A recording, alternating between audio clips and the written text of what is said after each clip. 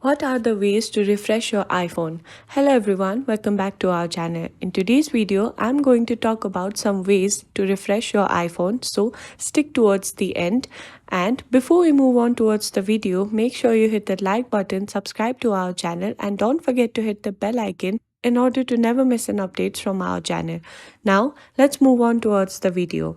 In order to refresh your iPhones, we need to go to our settings first. Once you're in the settings, you need to scroll down and then you need to tap on General. Then you need to tap on Background App Refresh over here. Make sure that the apps are refreshing on time and all of the apps are toggled on. Now let's go back. If you have tried that, you need to tap on General again, and then you need to scroll down and tap on Transfer or Reset iPhone.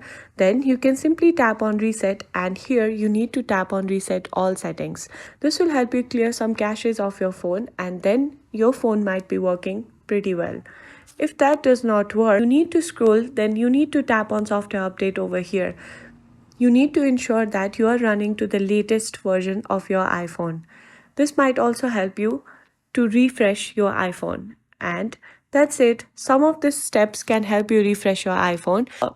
If not, you can always try switching off your iPhone. In order to do that, you need to press the volume up and then power button at the same time until you see slide to power off option. Simply turn it off and then you can always turn it back on, and this might also help you solve your issue. And that's it. I hope you found this video helpful. Please give it a thumbs up, subscribe to our channel, and I'll see you in the next video.